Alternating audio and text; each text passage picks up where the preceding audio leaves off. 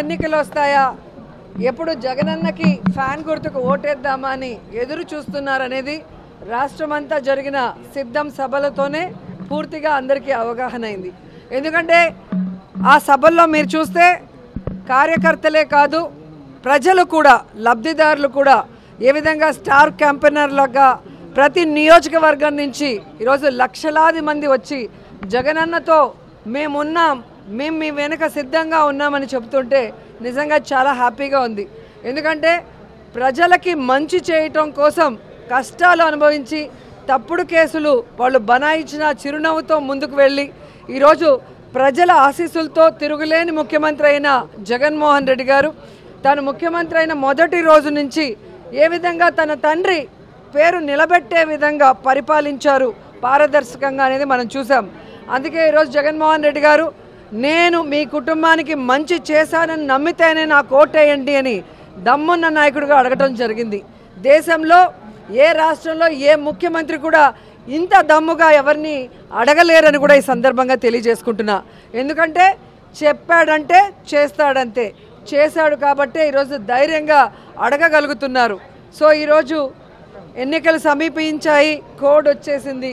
So Jaganmohan Reddy గారు 27వ తేదీ ఇడుపులపాయలో రాజశేఖర్ రెడ్డి గారికి నివాళులు అర్పించి ఆయన ఆశీస్సులతో మరి బస్సు యాత్ర స్టార్ట్ చేయబోతున్నారు. సో ప్రతి నియోజకవర్గంలో కూడా మేమంతా సిద్ధం, మా నియోజకవర్గం సిద్ధం అంటూ లీడర్సు, క్యాండిడేట్సు, ప్రజలు సిద్ధంగా ఉన్నారు.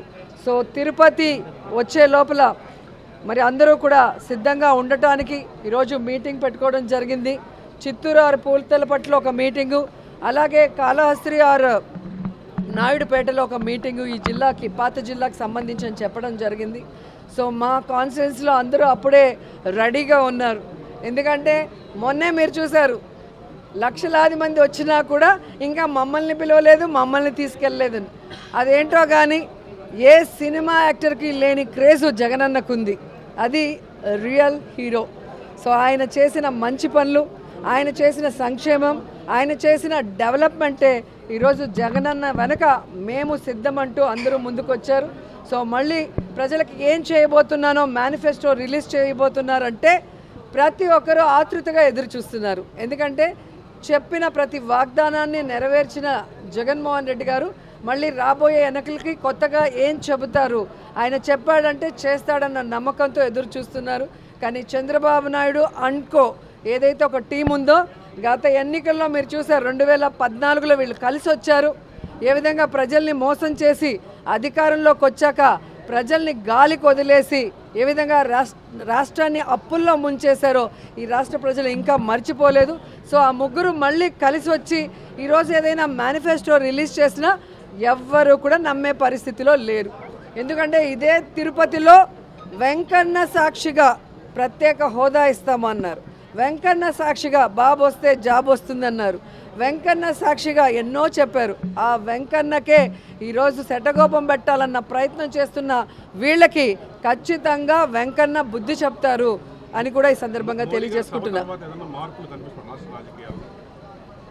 ఎప్పుడైతే తెలుగుదేశం పార్టీ, జనసేన వాళ్ళ అభ్యర్థుల ఫస్ట్ లిస్ట్ రిలీజ్ చేశారో ఆ రోజే రాష్ట్రమంతా మీరు చూశారు వైఎస్ఆర్సీపీ సంబరాలు చేసుకుంది. అంత ఏమంటారో అంత పేలవంగా ఒక candidate list Telugu Desam, Janasena release చేయడం జరిగింది. మొన్న ఈ ముగ్గురు కూటమి ఏదైతే ఉందో, బీజేపీ, తెలుగుదేశం, పవన్ కళ్యాణ్ మీటింగ్ జరిగిందో దాంతో అందరికీ అర్థమైపోయింది 175కి 175 వైఎస్ఆర్ కాంగ్రెస్ పార్టీ రాబోతుంది, మళ్ళీ జగనన్నే ముఖ్యమంత్రి కాబోతున్నారని. ఎందుకంటే ఈరోజు ఈ మీటింగ్కి బీజేపీ వాళ్ళు, జనసేన వాళ్ళు అందరూ కూడా బాయ్కాట్ చేశారు. అండ్ సీనియర్ మోస్ట్ లీడర్స్ ఎవరైతే తెలుగుదేశం పార్టీకి పనిచేశారో వాళ్ళు కూడా ఈరోజు సీట్ల పంపకాల్లో ఎంత దూరంగా ఉన్నారో మీరు చూస్తున్నారు. అంటే వేరే వాళ్ళు సీట్ ఏదైనా మారిస్తే దాన్ని ఎంత పెద్ద తప్పుగా చూపించిన చంద్రబాబు నాయుడు ఈరోజు ఏం సమాధానం చెప్తాడు? ఎన్నో సంవత్సరాలుగా తెలుగుదేశం పార్టీ జెండాను మోసిన వాడికి ఈరోజు సీట్ లేదు. ఎలాంటి వాళ్ళకి సీట్లు ఇచ్చారో మీరు చూస్తున్నారు. ఇక జనసేన గురించి అయితే చెప్పాల్సిన అవసరమే లేదు.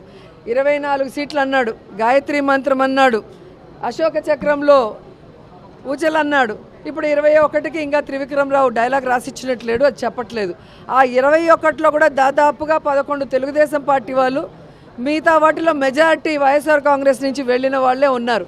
అంటే స్పష్టంగా పవన్ కళ్యాణ్ వెనక ఒక నాయకుడు కూడా లేడు అనేది ఇక్కడ అర్థమవుతుంది. అక్కడ మిగిలిపోయిన చెత్త, ఇక్కడ మిగిలిపోయిన చెత్తని ఏరుకొని క్యాండిడేట్లని అనౌన్స్ చేసుకునే దౌర్భాగ్య పరిస్థితికి రావటం అనేది మనం గమనించాలి. అండ్ ఈరోజు సీట్ల పంపకాలు కూడా కాన్స్టిట్యున్సీలు, ఎంపీలు కానీ ఎమ్మెల్యేలు మీరు చూస్తే ఎవరెవరికి ఏం అలాట్ చేస్తారో మీకు పూర్తిగా అర్థమైపోతుంది. చంద్రబాబు నాయుడు బీజేపీని, జనసేనను మోసం చెయ్యాలి అన్న ఆలోచనతో సీట్ల పంపకాలు ఎలా చేశాడు, ఆ సీట్లలో కూడా తన అభ్యర్థుల్ని ఎలా పంపించి పెట్టుకున్నాడో చూశారు. కాబట్టి ఒకరికి ఒకరు పడక మొత్తం ఆ కూటమి అంతా జీరో అవుతుంది. ఇప్పుడు ఆపరేషన్ లేకుండానే మోకాళ్లకు ప్లాస్మా ట్రీట్మెంట్. మీ ఆర్థోపెడిక్ సమస్యలన్నిటికీ రోబోటిక్ టెక్నాలజీ ద్వారా తక్కువ ఖర్చుతో శాశ్వత పరిష్కారం. Free consultation. ప్రతి ట్రీట్మెంట్ పై 20% డిస్కౌంట్. ఈ ఆఫర్ కొద్ది రోజులు మాత్రమే. త్వరపడండి. V9 hospitals 9281465842.